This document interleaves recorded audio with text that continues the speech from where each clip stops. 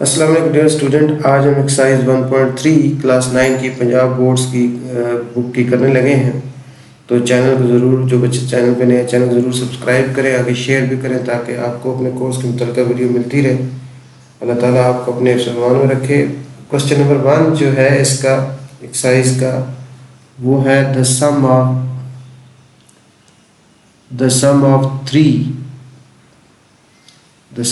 three consecutive integers. The sum of three consecutive integer is 42. Find the given numbers. Three integers. इसके हम start करते हैं। इसमें पहली बात तो ये है कि कंसेक्टिव कौन से इंटीजर्स होते हैं। कंसेक्टिव इंटीजर्स वो होंगे जो मुसलसल होंगे, जिसके दरमियान गैप ना हो। कंसेक्टिव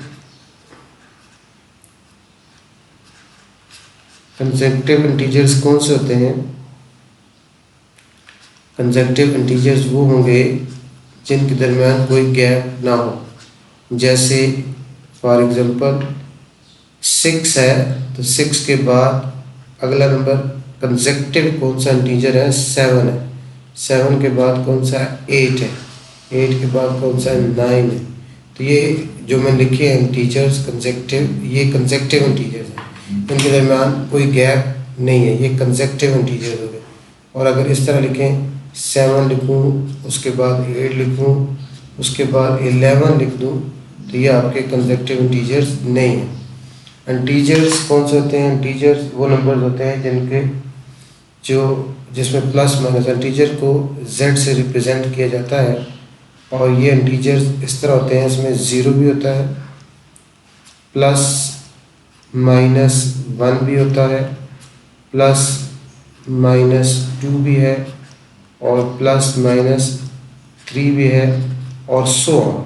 ये आगे इस तरह चलते रहेंगे। ये इंटीजर्स होते हैं। अब यहाँ हमारे पास 3 कंसेक्टिव इंटीजर्स हैं। जो कंडीशन है उनका सम जो है वो 42 है। इसमें हम कहते हैं लेट, सपोज करते हैं कि लेट फर्स्ट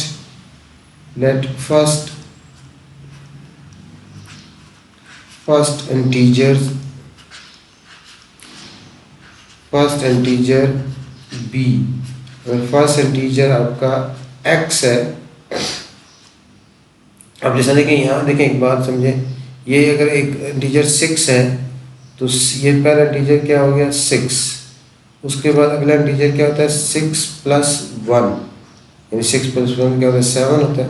और उससे अगला इंटीजर क्या होगा? 6 प्लस 2, और 6 प्लस 2 कितना होता है? 8 हो जाता है। तो इस तरह हम जो है इसी तरह लिखेंगे। फर्स्ट इंटीजर अगर x है तो सेकंड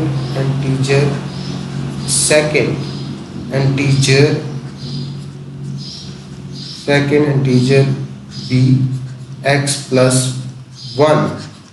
सेकंड इंटीजर क्या होगा? x प्लस 1 होगा।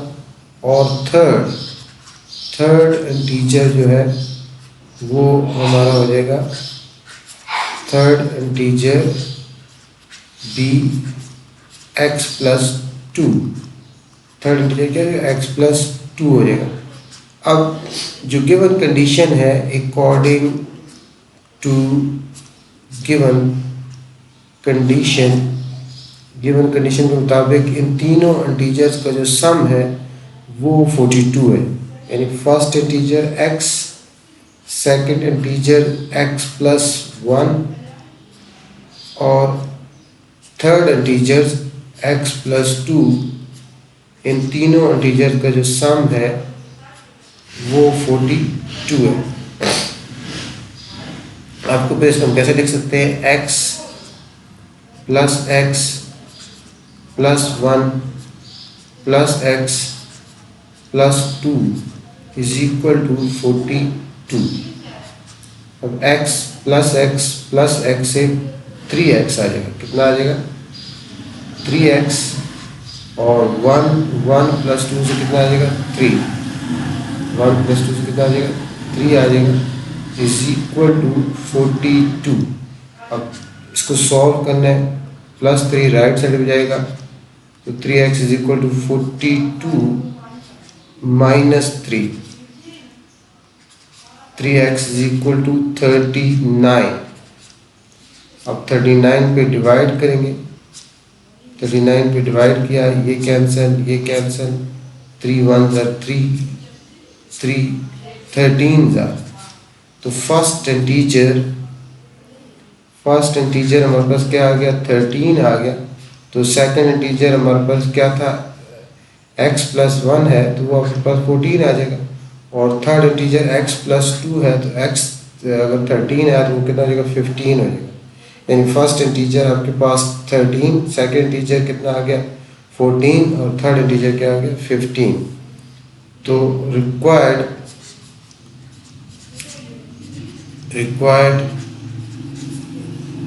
3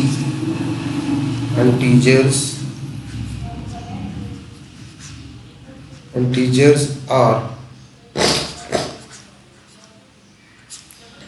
13, 14 and 15, और इनको अगर ऐड किया जाए तो इनका सम भी वही आता है, 42 ही आता है। यानी यहाँ देखें 13 को, 14 को और 15 को अगर आप ऐड करें, 3 + 4 7, 7 + 4 5 12, 1 कैरी, और 1 + 1 2, 2 + 1 3, 3 + 1 4, तो ये इनका सम 42 है। तो इस तरह ये हमने पहला क्वेश्चन जो है सोल्व कर लिया।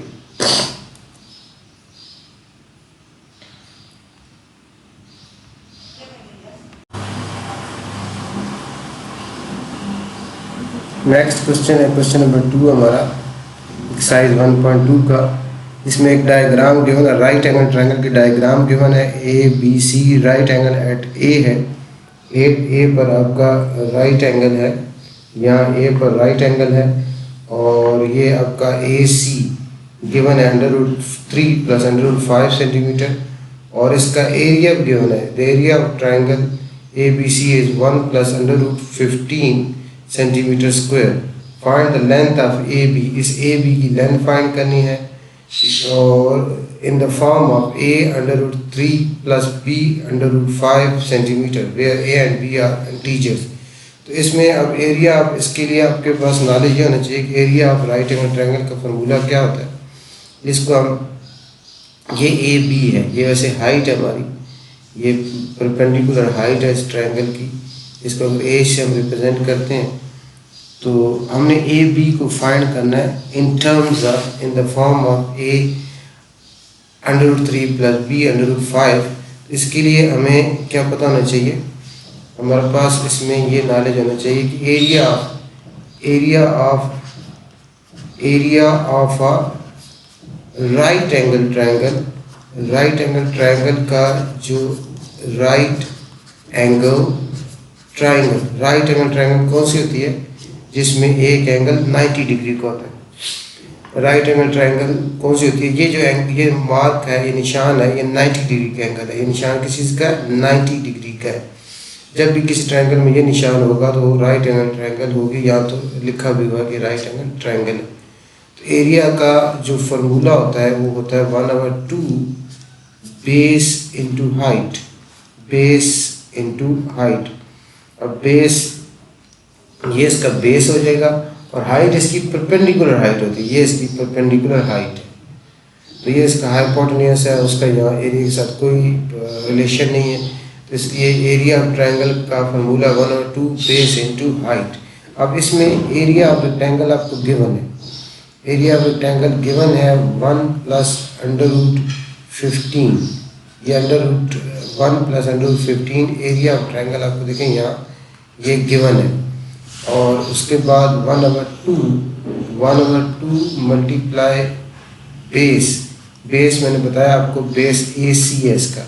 AC की वैल्यू कितनी है, AC की वैल्यू √3 + √5, और इसकी जो हाइट है उसको हमें AB फाइंड करना है। उसमें AB हम लिख लेते हैं, क्योंकि हमने AB वैसे इसकी परपेंडिकुलर हाइट है, H उसको हम रिप्रेजेंट करते हैं, लेकिन यहाँ उसने कहा कि AB फाइंड करें, इसलिए हम हमने हाइट AB होती है, परपेंडिकुलर है जो, तो ये AB हमने फाइंड आउट करनी है।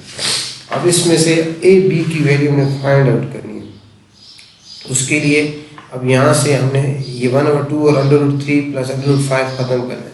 तो पहले ये 1/2 रिमूव हो सकता है बोथ साइड्स को अब बोथ साइड्स को 2 से मल्टीप्लाई कर लेंगे, यानी बोथ साइड्स को लेफ्ट हैंड साइड को राइट हैंड साइड दोनों को 2 से अपने ये मल्टीप्लाई कर लिए। ये 2 1 2 हो जाएगा और ये 2 1 2, ये कैंसिल हो जाएगा।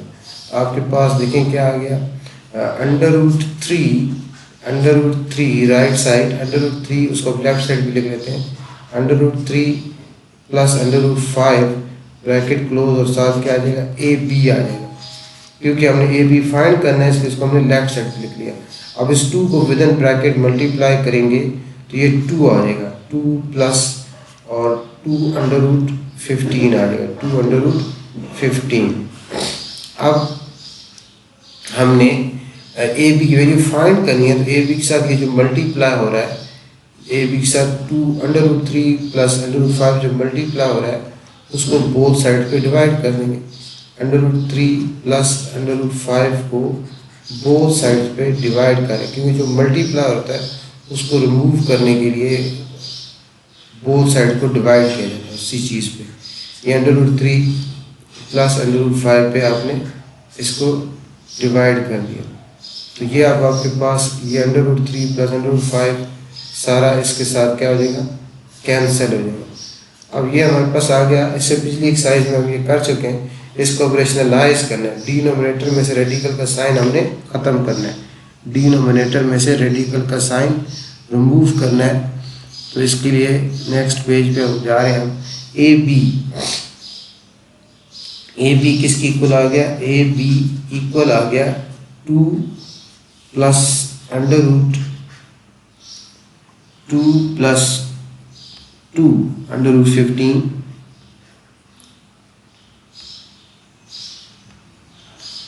2 प्लस 2 √15 डिवाइडेड बाय √3 प्लस √5।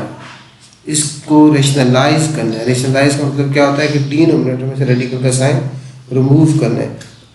तो इसलिए हम इसको न्यूमरेटर को और डिनोमिनेटर को इसके कॉन्जुगेट से मल्टीप्लाई करेंगे। वो क्या होता है, √3 माइनस √5 से मल्टीप्लाई करेंगे न्यूमरेटर को और डिनोमिनेटर को भी इसी से √3 माइनस √5 से मल्टीप्लाई कर लेंगे।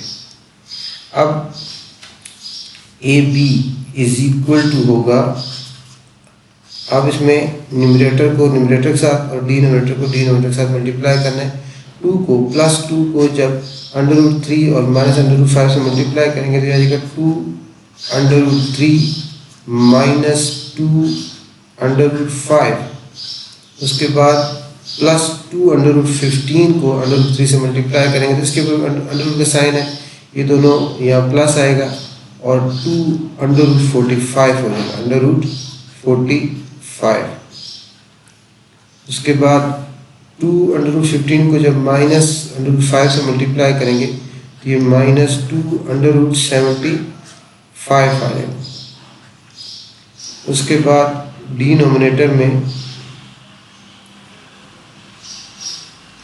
a plus b a minus b वाला फॉर्मूला लगेगा। ये आपके पास होगा 3 का स्क्वायर माइनस √5 का स्क्वायर। ये आपके पास 2 के साथ कैंसिल, ये 2 के साथ कैंसिल। उसके बाद नेक्स्ट स्टेप में AB इज इक्वल टू हो जाएगा 2√3 ऐसे ही आ जाएगा, माइनस 2√5 भी ऐसे ही आ जाएगा। और इसको 45 को हम लिख सकते हैं 9 5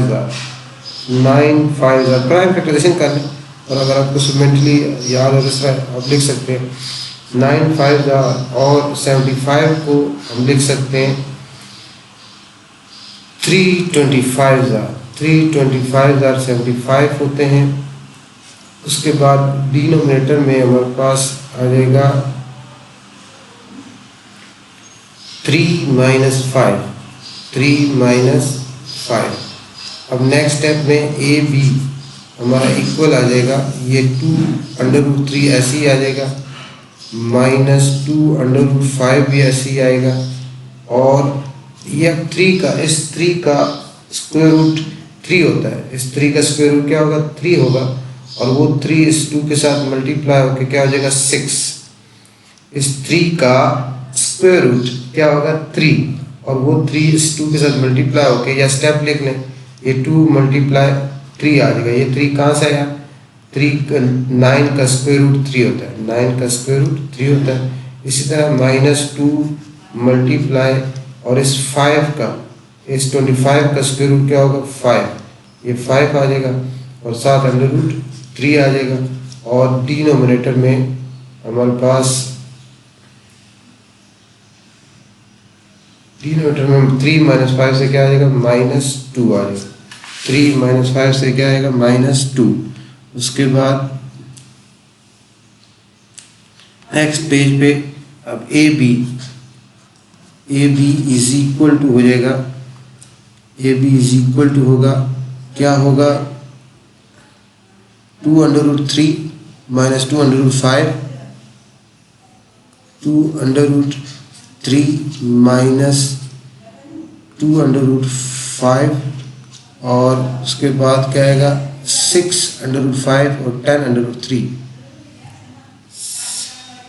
प्लस 6√5 - 10√3,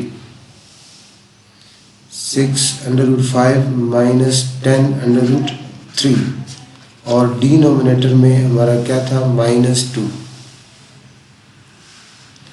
आप देखिए इसमें लाइक टर्म्स हैं, लाइक टर्म कौन कौन सी हैं, 2√3 और -10√3 से -8√3 आ जाएगा। लाइक टर्म्स हैं, आपस में ऐड सब्ट्रैक्ट होगी। इसी तरह -2√5 और +6√5 से +4√5 आ जाएगा, +4√5 आ जाएगा। और डिनोमिनेटर में हमारे पास क्या है, -2। इसमें से ऊपर से -2 कॉमन ले लें, दोनों 8 और 4 दोनों 2 पे डिविजिबल है, और शुरू में माइनस है, इसलिए -2 कॉमन लेंगे तो अंदर साइन चेंज हो जाएंगे, माइनस माइनस प्लस, तो ये 4√3 और minus multiply plus -2√5 divided by -2। तो ये -2 और -2 कट जाएंगे, तो ये आपका ए बी का आंसर आ जाएगा इन द फॉर्म ऑफ a√3 और -2√5। तो ये ए बी का आंसर जो आपने ले आया, जिसको आपने a√3 - b√5 की फॉर्म में आंसर आ गया। तो ए की वैल्यू यहाँ क्या बनती है, ए की वैल्यू बनती है 4, और बी की वैल्यू बनती है प्लस का, बी की वैल्यू क्या बनेगी, -2। इस तरह आपने ए बी का आंसर जो है फाइंड आउट कर लिया।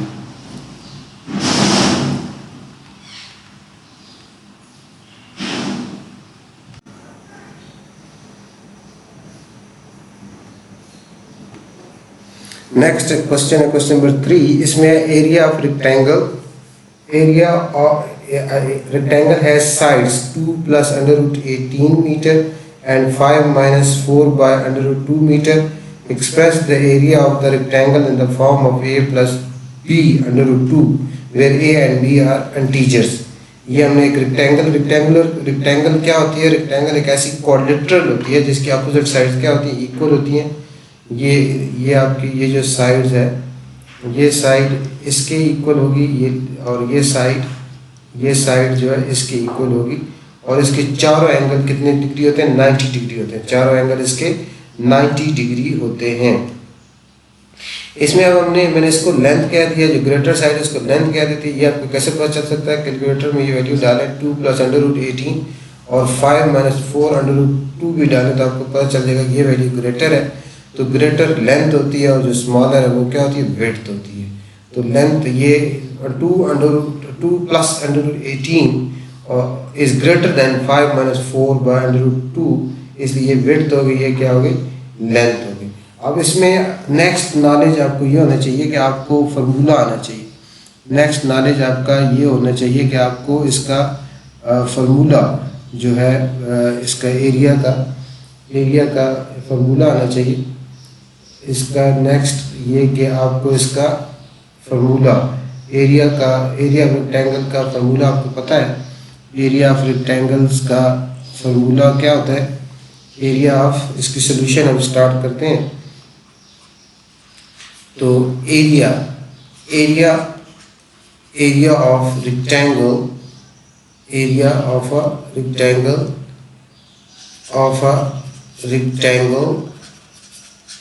इज इक्वल टू, इसको अगर ए से रिप्रेजेंट करें तो लेंथ मल्टीप्लाई विड्थ होता है। तो इन दिस केस आपके पास लेंथ गिवन है, length is 2 plus under root 18 and width is 5 minus 4 by under root 2 और area, the unit of area is always meter square। अब इसमें हमने मल्टीप्लाई करना है इसको 2 को, जब प्लस 2 को हम मल्टीप्लाई करेंगे 5 और माइनस 4 by under 2 से, 2 5 कितना हो जाएगा 10, 2 5 10 हो गया, और प्लस मल्टीप्लाई माइनस और 2 को जब 4 by under root 2 से मल्टीप्लाई करेंगे तो ये आ जाएगा 8 by under root 2, और उसके बाद नेक्स्ट स्टेप में प्लस अंडर रूट 18 को जब 5 से मल्टीप्लाई करेंगे तो ये हमारे पास 5 अंडर रूट 18 ही आएगा। और उसके बाद नेक्स्ट स्टेप में प्लस अंडर रूट 18 को जब हम 4 by under 2 से मल्टीप्लाई करेंगे तो ये -4 under root 18 by under root 2 आ जाएगा। ये हमारे पास आ गया। अब इसको हमें सिंप्लीफाई करना है, इसको हमने फर्दर जो है सिंप्लीफाई करना है। ये कैसे सिंप्लीफाई होगा? ये हो जाएगा 10, ये 10 आ गया, और ये आपके पास -8 है, तो 8 को हम इस तरह लिख सकते हैं, 8 को 2 मल्टीप्लाई 2 लिखा जा सकता है, और डिवाइडेड बाय क्या, अंडर रूट 2 है, और प्लस 5 अंडर रूट 18 है, और उसके बाद -4, और इस 18 के ऊपर अंडर रूट साइन है, 2 के ऊपर अंडर रूट साइन है, दोनों को एक अंडर रूट नीचे लिखा जा सकता है, यानी 18/2। तो इस तरह ये 2 के साथ 2 1 2 और 2 9 18 हो जाएगा, और नेक्स्ट स्टेप में इसका 9 का स्क्वायर रूट निकल आएगा।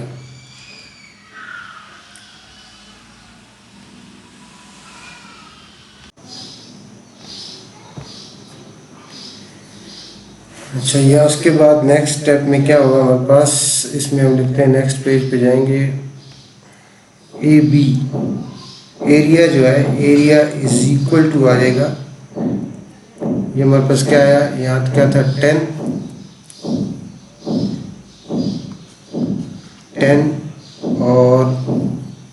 और इसको क्या लिखेंगे, -8 ही लिख लें दोबारा, -8/√2 -8/√2। इसको रेशनलाइज करेंगे, इसको जिस रेशनलाइजेशन है, डिनोमिनेटर से रेडिकल साइन रिमूव करने के लिए इसको √2 से मल्टीप्लाई करेंगे और √2 से डिवाइड कर लेंगे, और उसके बाद नेक्स्ट टर्म क्या थी हमारी, +5 √18 +5/√18, 18 को भी हम लिख सकते हैं 9 2s are 18। उसके बाद नेक्स्ट टर्म क्या थी हमारी, -4/9।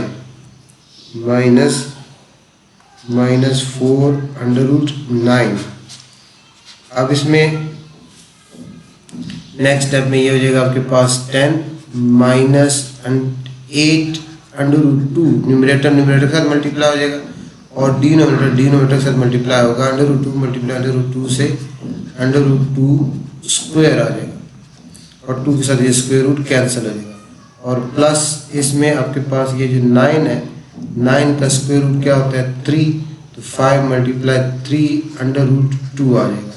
और इसी तरह -4 और यहाँ आपके पास 9 का स्क्वायर रूट क्या आ जाएगा 3। अब नेक्स्ट स्टेप में ये हमारे पास आ गया 10 - 8 अंडर रूट 2 बाय 4 बाय 2। अब 2 1 ज़ा 2, 2 4 ज़ा 8, ये भी आपस में क्या हो गया कैंसिल हो गया।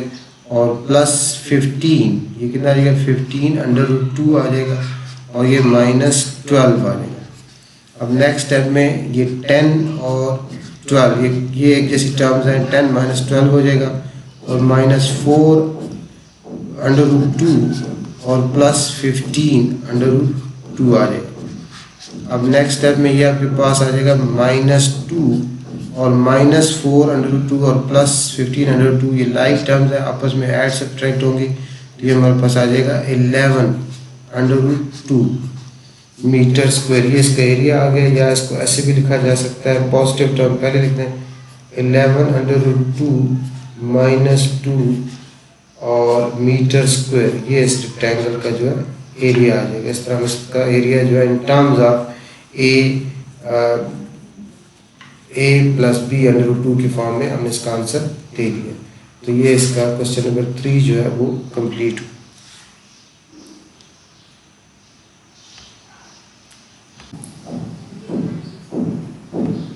नेक्स्ट है क्वेश्चन नंबर 5। इसमें गिवन क्या है, find 2 numbers whose sum is 68 and difference is 22। ये सिमल्टेनियस इक्वेशंस हैं, आपने क्लास 8 में भी इस तरह सॉल्व किए हुए हैं। अब इसमें टू नंबर्स फाइंड आउट करने हैं। अब सपोज करते हैं let the two numbers be x and y। अब बात समझे, इसमें आपने कंडीशन दी गई है कि दो नंबर्स हैं, कोई भी टू नंबर्स हैं, उनका सम 68 है और उनका जो डिफरेंस है सम 68 है और जो डिफरेंस है 22 है। नंबर्स फाइंड करने हैं, तो इसमें आप पोजीशन ही करेंगे। लेट वो सपोज कोई भी अल्फ़ाबेट सपोज कर सकते हैं कि दो नंबर्स x और y है। दो नंबर्स क्या आपके x और y है। अब जो कंडीशन है अकॉर्डिंग टू गिवन कंडीशन उन दोनों नंबर्स का सम, यानी दो नंबर्स हमने कौन से सपोज किए हैं x and y। So according to given condition sum of these two number is 68। Sum of these two number is 68। This is equation number 1। and difference of these two number is 22. Difference of these two number is 22. We want to find these two numbers. These are two equations and two variables. Now we will solve these equation to find the values of a and b. इसमें कैसे solve करते हैं, इसमें दो method है, elimination method भी होता है, सब्स्टिट्यूशन मेथड भी होता है। एलिमिनेशन मेथड में आप वेरिएबल जो x और y है किसी एक के कोफिशिएंट इक्वल करते हैं और कोफिशिएंट इक्वल करने के बाद अगर उनके साइन एक जैसे हों तो उनको सब्ट्रैक्ट करते हैं और साइन डिफरेंट हो तो ऐड करते हैं। तो इसमें और दूसरे सब्स्टिट्यूशन मेथड में एक इक्वेशन से वैल्यू निकाल के दूसरी इक्वेशन वैल्यू पुट की जाती है। तो यहाँ ये एलिमिनेशन मेथड से इजीली हो रहा है और इसमें ऑलरेडी कोफिशिएंट इक्वल है।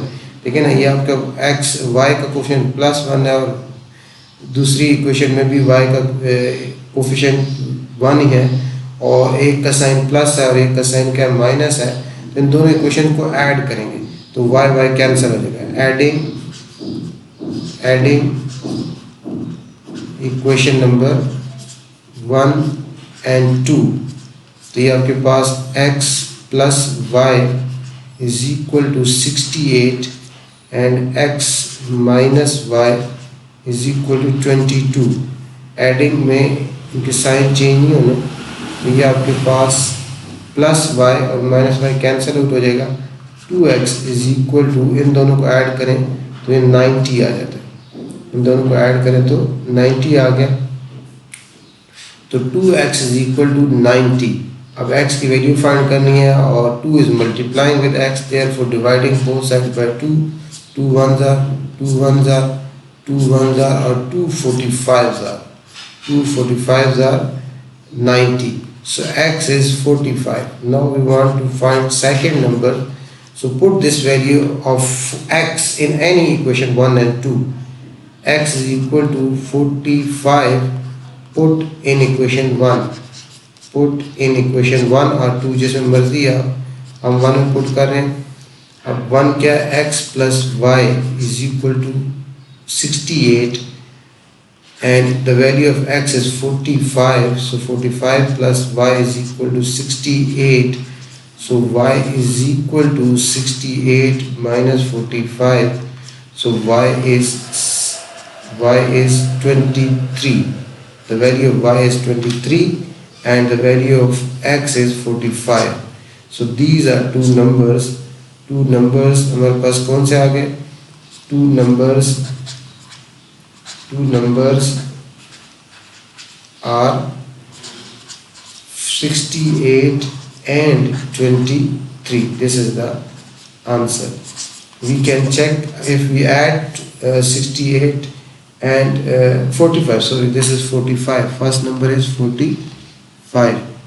First number is 45, not 68.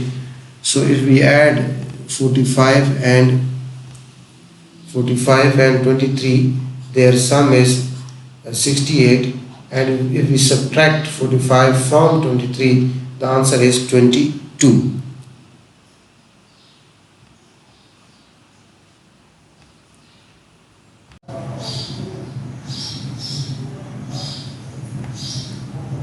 Next question है question number 5. Question number 5 क्या है? The weather in Lahore was unusually warm during the summer of 2024. The TV news reported temperature as 48 centigrade. By using the formula F is equal to 9 by 5 C plus 32, find the temperature as Fahrenheit scale. ये temperature conversion है जो physics में भी आप पढ़ते हैं, 9th physics में भी पढ़ेंगे आप, और साइंस में छोटी क्लास है 8 में भी शायद है. इसमें बिल्कुल सिंपल है. इसमें आपको जो मैथमेटिकली सिखाने की कोशिश की गई है कि एक फार्मूला उसमें इस वैल्यू पुट करके आप जो है फ़ारेनहाइट टेम्परेचर की वैल्यू जो है फाइंड आउट कर सकते हैं. आपको सेंटीग्रेड में जो टेम्परेचर गिवन है, सेंटीग्रेड में टेम्परेचर जो गिवन है वो है 48 सेंटीग्रेड. 48 सेंटीग्रेड टेम्परेचर गिवन है. इसको आपने फ़ारेनहाइट में चेंज करना है और उसके लिए फार्मूला भी आपको गिवन है. बहुत इजी सा ये क्वेश्चन है. 9 by 5 centigrade, 9 by 5 centigrade plus 32. अब इसमें आपने वैल्यूज़ पुट कर देनी है.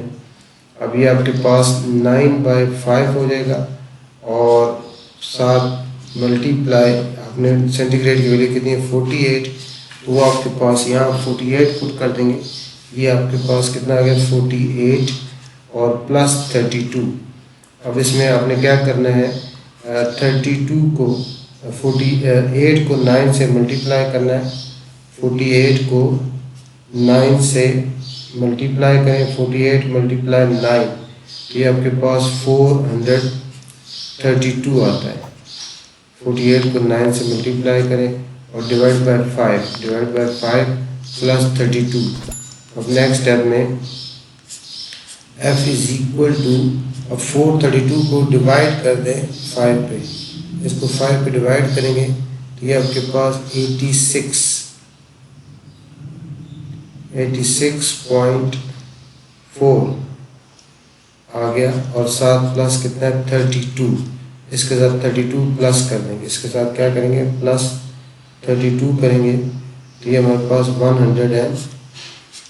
ये फ़ारेनहाइट में टेम्परेचर हमारे पास 118.4 आ गया. ये इसकी जो सेंटीग्रेड में टेम्परेचर गिवन था 48 सेंटीग्रेड, उसको हमने फ़ारेनहाइट में कन्वर्ट कर लिया. ये इसका आंसर है.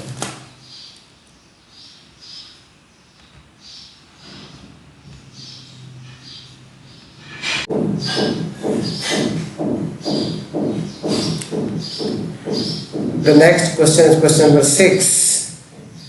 In this question, what is given? The sum of the ages of father and son is 72 years. एक condition ये है, one condition is give this. The sum of the ages of father and son is 72 years. The second condition is that 6 years ago, the father age was 2 times the age of the son. And 6 years ago, the father age is 2 times of son age. What was the son age 6 years ago?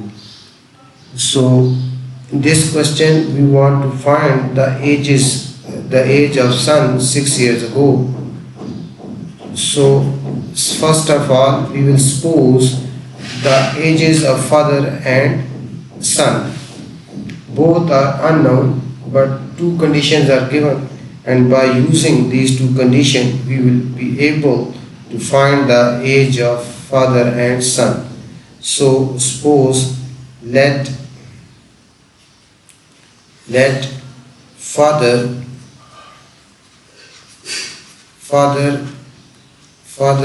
age be x or a x years. Let's suppose x years. Father age is x years, and son age be y years. We suppose father and son age, father age x years and son age is y years. The first condition is the sum of the ages of father and son. Sum of ages father and son is 72. So according to first condition, according to given condition, sum of the father and son ages is 72. So this is equation number 1. This is equation number 1.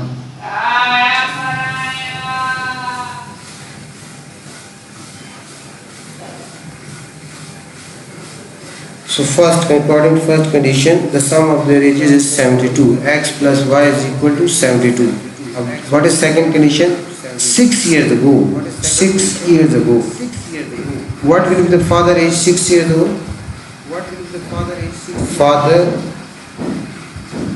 Father age 6 years ago. 6 years ago. Ago means पहले. 6 years ago father की age होगी x minus 6. x minus 6. 6 years ago है, इसलिए उसमें से जो अपनी present as है उसमें से 6 क्या कर लेंगे? माइनस करें. We will subtract 6 from present age. Similarly, son age 6 years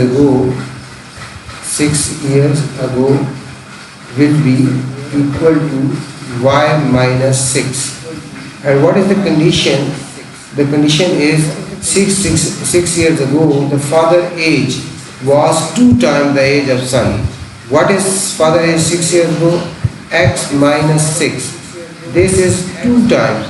This is a 2 times. The father age is equal to 2 times of son age. What is son age? Y minus 6. Now simplify these two. X minus 6 is equal to 2y minus 12. 2y will be shifted to left side. So x minus 2y is equal to, this minus 6 is also shifted to right hand side, minus 12 plus 6. So we will get second equation, x minus 2y is equal to minus 6. So we have now 2 equations. This is the equation number 2. Now we will solve these equations simultaneously in order to get the value of x and y. The x is the age of father and y is the age of son. And after all, we will be able to find the son age 6 years ago. So Now we solve these two equations. But the first equation, x plus y is equal to 72. x plus y is equal to 72. And second, this is the first equation. This is equation number 1. And second equation is x minus 2y is equal to minus 6. X minus 2y is equal to minus 6. Minus 6. We want to solve.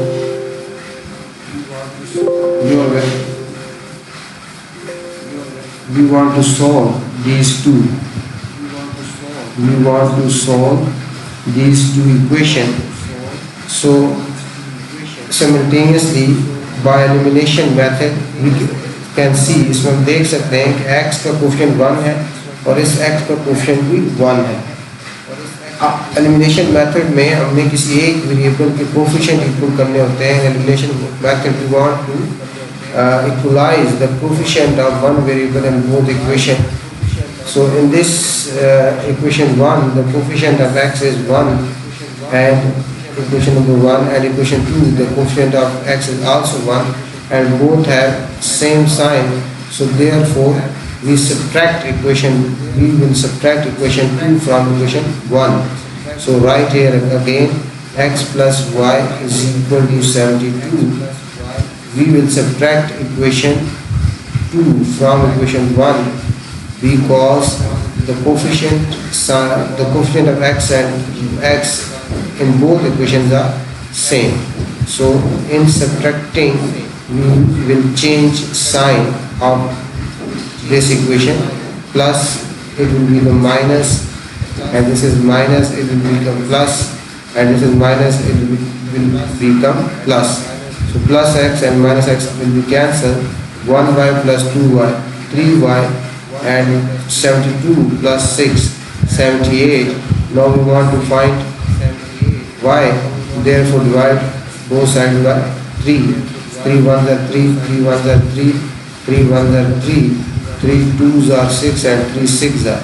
So y is 26. Y is 26. The age of sun. In this question is required only to find the age of sun 6 years ago. So present age of the sun is 26 years.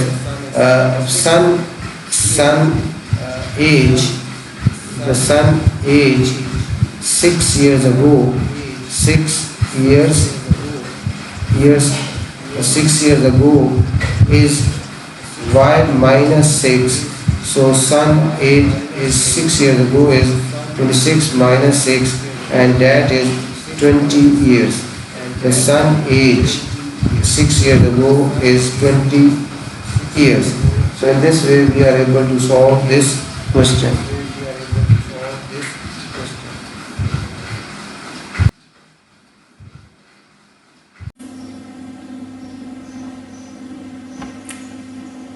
Question number 8 है exercise 1.3 का. इसमें है कि Ayesha bought a toy for ₹1500 and sold for ₹1520. What was her profit percentage? इसमें जो purchasing price है वो ₹1500 है और सेल प्राइस ₹1520 है. यानी इसमें आपकी सेल प्राइस जो है उसने जो परचेज किया था टॉय वो है ₹1500 में. इसमें हमें चेक करना है कि प्रॉफिट तो है, कि उसने पूछा है कि प्रॉफिट. तो इसमें हमारे पास इसकी सॉल्यूशन स्टार्ट करेंगे. इसमें आपके पास आयशा बॉट अ टॉय उसने कितने में ख़रीदा? बहुत आसान सा है. इसकी जो परचेज प्राइस है, कॉस्ट प्राइस उसको कह सकते हैं हम. कॉस्ट प्राइस जो है टॉय की वो है ₹1500. Cost price of toy is 1500 and sale price sale price of toy is 1520 है, 1520 है।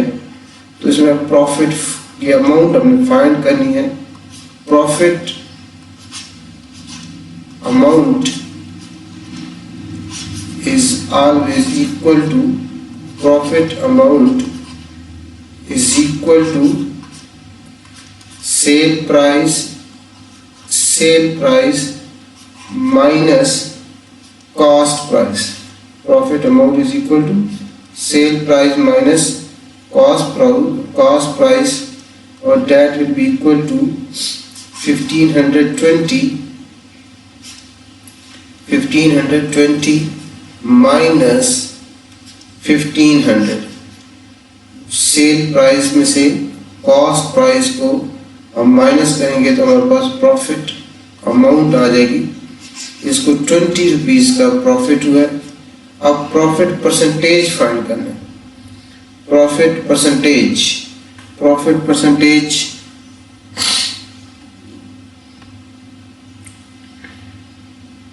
अब इसका क्या फाइंड करना है हमने? प्रॉफिट परसेंटेज, कितने परसेंट प्रॉफिट हुआ है। प्रॉफिट परसेंटेज का formula, profit percentage is equal to profit amount. जो प्रॉफिट की अमाउंट हुई है, प्रॉफिट जो रुपीज में है, प्रॉफिट अमाउंट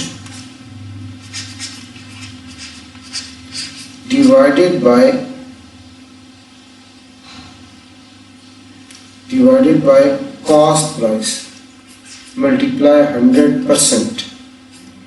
ये आपका प्रॉफिट परसेंटेज का फॉर्मूला है। प्रॉफिट अमाउंट हमारे पास कितनी आई है? 20 रुपीज़, और कॉस्ट प्राइस हमारी कितनी है? 1500 है। कॉस्ट प्राइस कितनी? 1500 मल्टीप्लाई 100%। ये 20 के साथ कैंसिल हो जाएंगे, और 5 3s are 10 और 5 4s are 20। तो प्रॉफिट परसेंटेज 4/3%, या 4/3 को अगर डेसिमल लिखेंगे तो 1.33 यानी 1.3% जो है इसको प्रॉफिट, एशिया को प्रॉफिट मिला है इस टॉय को सेल करने में। इस तरह हम जो है इसको जो है क्वेश्चन हमने सॉल्व कर लिया। इसमें कॉस्ट प्राइस आपको 1500 गिवन थी, सेल प्राइस 1520 है। प्रॉफिट हमेशा sale price minus cost price होता है, इसमें से माइनस कर लिया 20 आ गया। और उसके बाद प्रॉफिट का परसेंटेज का formula profit amount by cost price multiply 100%। Profit amount 20 है, 20 को 1500 पे डिवाइड किया, 100 से मल्टीप्लाई 100% मल्टीप्लाई किया, इसको सिंप्लीफाई किया, हमारे पास इसका आंसर आ गया।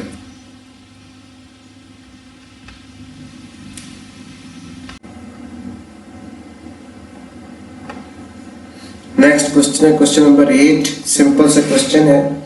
इसमें annual income of Tayyab is ₹960,000 है, and while he exempted amount is 130,000, जिस पे टैक्स नहीं होता। 130,000 exempted amount है, और how much tax would he have to pay at the rate of 0.7% है। इसमें टोटल जो तैयब की इनकम है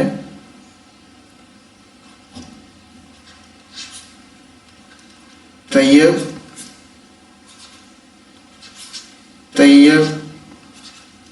टोटल इनकम, तैयब की जो टोटल इनकम है that is equal to ₹960,000। 960,000 total income है। अब एग्जेम्प्टेड अमाउंट जिस पे टैक्स नहीं लगता वो कितनी है? एग्जेम्प्टेड अमाउंट जिस पे टैक्स नहीं है exempted amount 130,000, 130,000। अब टैक्सेबल अमाउंट जो है वो कितनी होगी, वो इसको टोटल इनकम में से माइनस कर लेंगे। टैक्सेबल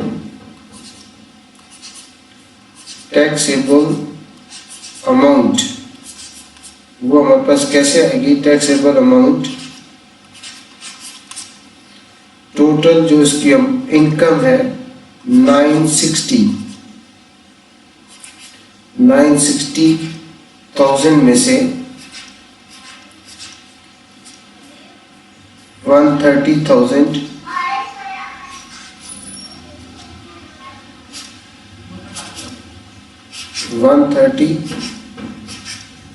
माइनस कर देंगे, तो ये हमारे पास 830,000 आ जाएगा। 830,000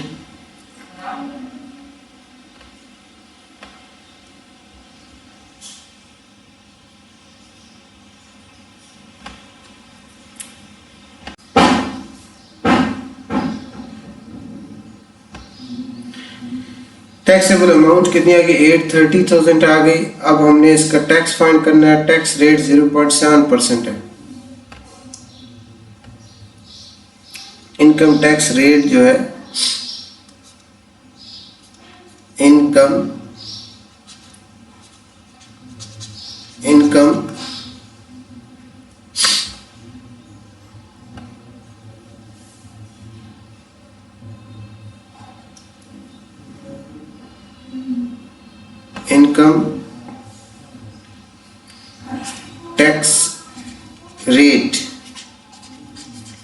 इनकम टैक्स रेट गिवन है 0.75% है। अब income tax amount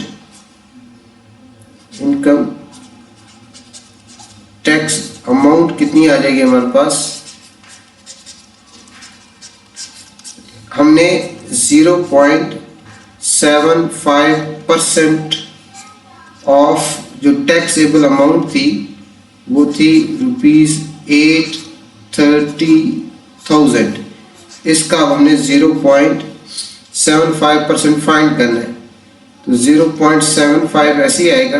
percentage remove होगा तो उसके नीचे 100 आ जाता है, 100, और इसको हम मल्टीप्लाई करेंगे ₹830,000 से। ये हमने मल्टीप्लाई कर दिया। अब ये पॉइंट है, पॉइंट रिमूव होगा तो इसके साथ 100 के साथ 2 0 और लग जाएंगे। तो अब ये 4 0 जो है, ये 4 0, इन 4 0 के साथ कैंसिल हो जाएंगे। तो इसका जो टैक्स है वो हमारे पास आ जाएगा 75 मल्टीप्लाई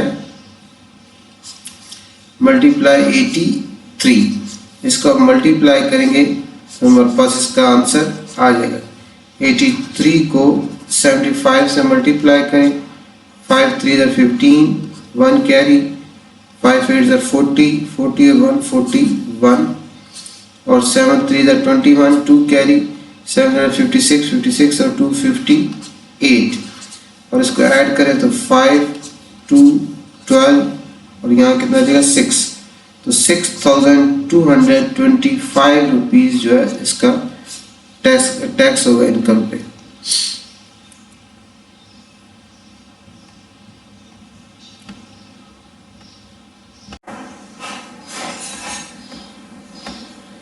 लास्ट क्वेश्चन इसका एक्सरसाइज का है, उसमें हमने find the amount, find the compound markup on rupees 375,000 for 1 year at the rate of 14% compounded annually। इसमें हमारे पास जो प्रिंसिपल अमाउंट है, इसका जो फार्मूला है, सबसे पहले सबको फार्मूला आना चाहिए। इसका markup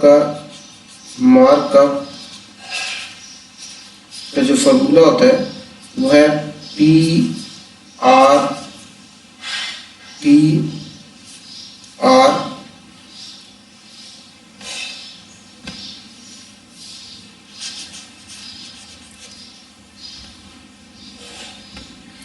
PRT/100।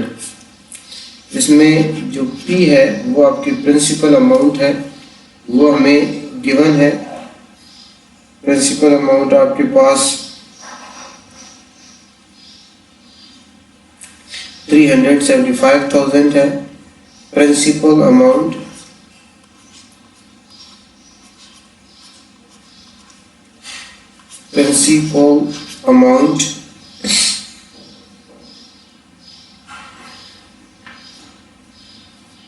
principal amount is given.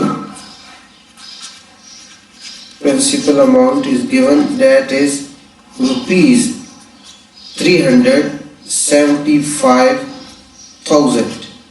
375,000 and for 1 year. So time is T for time, and time is given, that is 1 year. Time is 1 year, and rate R is 14%. R is 14%. Now markup is equal to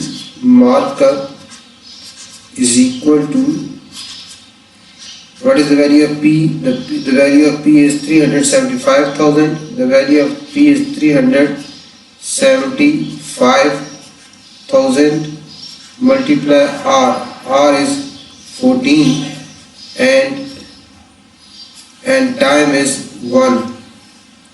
Time is 1 year divided by 100. Divided by 100 हो गया। 2 0 cancel with these 2 0. Now we multiply 3,000, this 3,750 with 14. 14 zeros are 0, 14 5s are 70, 7 carry, 14 7s are 98, 98 plus 7 105, 10 carry, 14 3s are 42 and 10 52. So answer is, markup is 52,500. So the answer is 52,500. Markup amount on 375,000 is 52,500. तो इस तरह की आपकी exercise complete हो गई। तो channel को ज़रूर सब्सक्राइब करें, आगे शेयर करें ताकि अपने कोर्स के मुताबिक आपको वीडियो मिलती रहे। और अगर इसमें एक्सरसाइज की क्वेश्चन में कोई बात समझ ना आई हो तो आप कमेंट्स में करके दोबारा पूछ सकते हैं। शुक्रिया।